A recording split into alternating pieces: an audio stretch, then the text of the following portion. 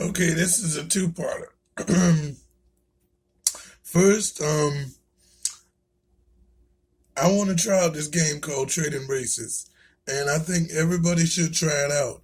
Um, I think it would help people work on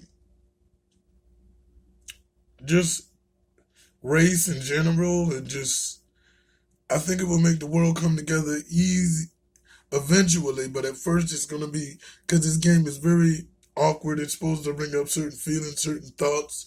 It's supposed to be a great conversational starter. So I want some of my subscribers, some This is me and Tabs call them. What up, girl? Um, I want you to try this game, and I will be buying it in the future and playing it on my channel. So watch this. I think this is very educational and intuitive, inventive, creative. She's a very big jet setter. So check this out. Trading Races is a new party game where players argue about what it means to be black in America. It's awkward and fun. Dexter Thomas went to Chicago to try it out. There's been an interview out with Keenan and everybody else has been on SNL. Keenan has been holding that show together for years. Does all the work. Gets no credit. What is blacker than that? Let me tell you something. Michael Jackson used to be a epitome of human existence. He forgot black is black. After folks forgot he was black, he said, I'm black. That was like the greatest shit I ever heard of it. Trading Races is a pretty simple game. There's 52 cards in a deck, and each player gets 5 cards. The deck is made up of all kinds of notable black figures like Nelson Mandela and Maya Angelou, with some conversation starters mixed in, like Justin Bieber and Rachel Dolezal. If you can convince everyone the person on your card is the blackest, you win the hand. Win enough hands, and you win the game. Kenyatta Forbes is the creator of the game. How did you come up with the concept of this game? I had a weird graduate art school experience. Had a professor tell me as a white woman it was her. She wanted to take me out of my victimhood. I'm sorry, what? Yeah. She put up images of lynchings, and my whole cohort of colleagues during grad school were all white. She's like, Kenyatta, how does this make you feel? So experiences like that Okay. kind of started the fueling the energy to figure out how to have a conversation around race. There's no set definition for blackness, so players have to come up with that criteria for themselves. Forbes hopes that process will help people come to terms with their own racial biases. You were talking about how we're going to change the game. So yeah, I think everybody should get the game and try to play it. Now here we go. You know that channel on YouTube that does the inspirational story times, like they're animated and they're supposed to be like, oh, if you have a problem or a story that you want us to animate, we'll animate it, and if it inspires people. And we found out that channel was fake. um I sent them a couple stories, never got a reply, so I kind of agree. But the reason I'm reviewing this story is because it's about a girl supposedly have cerebral palsy, and I have cerebral palsy. But there's some problems with this story that I'm gonna point out that I think people with CP would understand, and we need to make cerebral palsy, because I keep saying cerebral palsy because that's how you say it, but it's really pronounced cerebral palsy. But just for my subscribers in my channel, cerebral palsy, right? Um, so we're gonna watch it together, and then I'm gonna break down some of the problems that give me a whole bullshit feeling. You feel me? So rock with me, y'all. Let's get it. Hi guys, my name is Chelsea. I'm 13 years old, and I think I have a story worth sharing. If you want to know what it's like to be on the edge of death and there is no one there to help you out, and then to make it through, stay with me. The thing is, I was born sports lover. Okay, she says cerebral palsy. She says it wrong, number one. But go ahead. My dad is an expert skier, while my mother is a professional climber. It must have been really hard for them to accept their situation, but they did and never gave up. My parents have done everything in their power to not make me feel like I have a disability. I've played a lot of sports since early childhood. Swimming, skiing, tennis, according to my physical capabilities, of course. Also, every summer, we all go hiking together. What the fuck does that mean? According to her physical abilities. I mean, did she play it with adaptive equipment? Because she's looking hella normal to me. And I know this is an animation, but I got CP for real, and I've been to CP camp, and where you play basketball with lower hoops, and bowling with the ramp where you put the ball at the top and it rolls down and knock the pins down for you. But a lot of things that are not known is that you can have CP and can walk, but it's kind of like, and don't get me wrong, my LGBTQ community, but it's the difference between having somebody like Billy Porter and my homegirl from Orange is the New Black. Then there's Neil Patrick Harris, who can give off the "I'm not gay," and ooh, y'all, I farted in my own YouTube video. Oh Lord. He can give off the pass as a normal man when he wants to, and that might be because of his acting skill, because he is a triple threat. I love him, by the way. And him and his husband, his relationship goes, bitch. But there's a difference. When you want to make tolerance and you want to change, break barriers, you kind of want someone who pushes the barrier already, not someone that fits in so normal. What I mean by that, like this little girl basically is normal. She's just saying she got CP for the story effect, I think. Just my opinion. That's our unbroken tradition. I would always eagerly wait for the moment when we finally chose a new destination. The last time the place was drawn, it was the Pacific Crest Trail. We definitely had no idea that... And her parents must have a lot of fucking money, because the part with having CP is getting the equipment and the adaptive equipment and being able to get on planes and take walkers and crutches and wheelchairs and things like that. So this is just skipping that fact that it wasn't difficult at all. They had tons of money and they could go anywhere they wanted. That's why I'm saying this is more story benefit than actual truth. I'm just saying. That trip would turn all our lives upside down.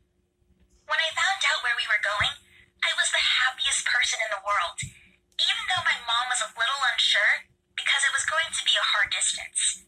My dad and I managed to persuade her, and there we were with our insanely heavy backpacks on the way to our camp. It wasn't easy, but I was doing pretty well, until I suddenly lost my balance and tripped over a stone. I sprained my ankle, so now I was walking and hobbling even more than usual. My parents tried to encourage... Okay, walking and hobbling even more than usual. So basically she doesn't walk straight. That's about it. But she can still walk because the stick she's using, they could be used to help her stand, almost like crutches. But there are also things called hiking sticks, and that's basically what it looked like to me. So through this animation, it doesn't really give off that she has CP or cerebral palsy for my real niggas. But there could be story benefit or the fact that it is an animation. So don't get me started, y'all, because you know how a bitch can get. Me and to cheer me up, but I heard Mom whisper to Dad, "It's too much for her. Should we go back?" Hearing these words let me down completely. Anybody could fall on the road, not a big deal. Anyway, we reached our never stopped soon after that. The views were wonderful, but I didn't feel like walking around. People were staring and pointing fingers at me, as usual, which made me feel even more miserable. I was just sitting under a tree when my dad came up to me with a mysterious expression on his face. Now, okay, staring at you, I've been dealing with that all my life. I'm 33. I just turned 33, June 11th, 2019. But I don't really know why they would be staring at her. They never really make that clear. You know what I mean? This should be certain things about this story should be made more prominent so that you can feel that this is an inspiration. But a lot of people are just going to see it as an animation and for what it is instead of looking deeper, because cerebral palsy is something that there's not a lot of tolerance for and awareness and just basic information. Because I have done videos on my fault with the Cerebral Palsy Foundation, but that's another story. He said, "Do you want to go on a secret trip? Just you and me?"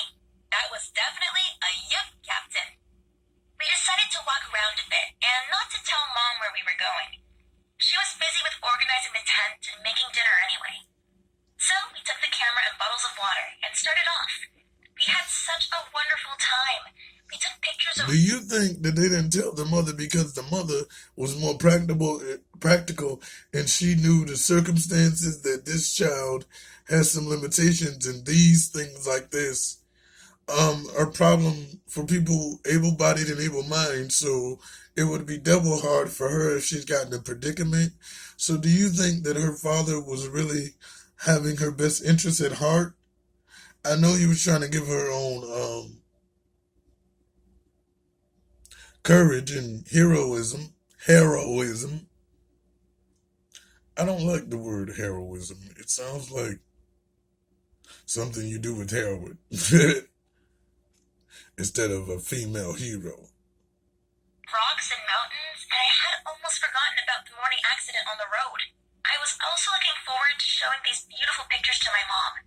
It was a long walk, so we were about to go home when we saw an incredible view.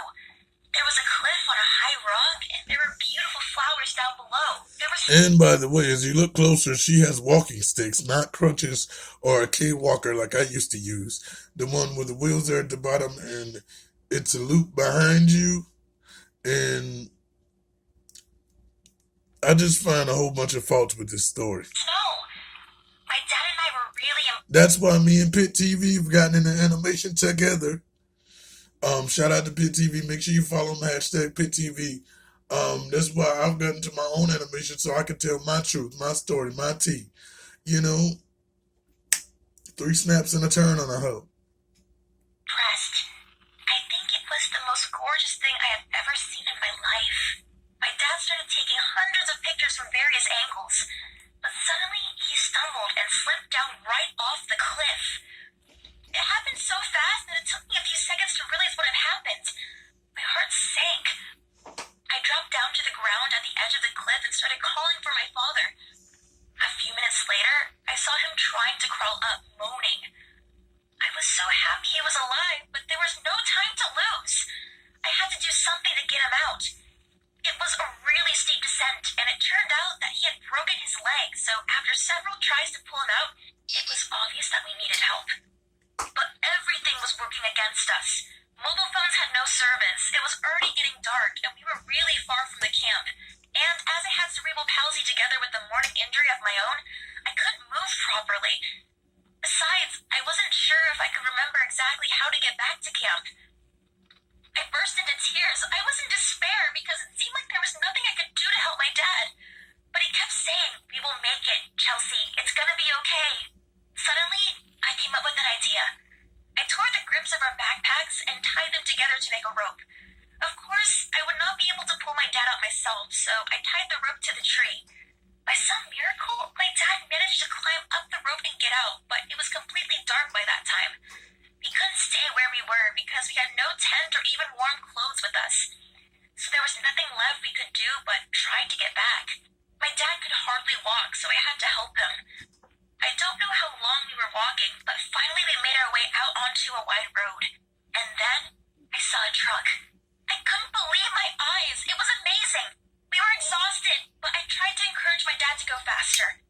Our happiness immediately gave way to horror when we saw the driver of the truck was oblivious to us, and that it was going too fast for us to catch it. We were just too far from it, so there was no chance the driver could see or hear us. I summoned up all of my courage, left my poor dad on the road, and ran to the truck as fast as I could, crying out, "Help! Wait!" Luckily, the man, who had also turned out to be a traveler that had lost his way, heard me, and just a few minutes later... Did she just forget she had cerebral palsy? Like, that don't make no sense. She put her dad there and just started running off into the distance. No walking sticks, no nothing. Okay, she just all of a sudden had a superpower, didn't have any more cerebral palsy. And honestly, I think this is more of a story of her dad being the hero and having the courage after he broke his leg to keep her calm to do what she had to do instead of the other way around. But it's just my opinion. We're sitting in the backseat of his car, going back to the camp. We arrived as the sun was coming up. The whole camp was on the horn. It turned out that there was a group of rescue workers who had been looking for us all night. Doctors immediately surrounded my dad and me and gave us first aid.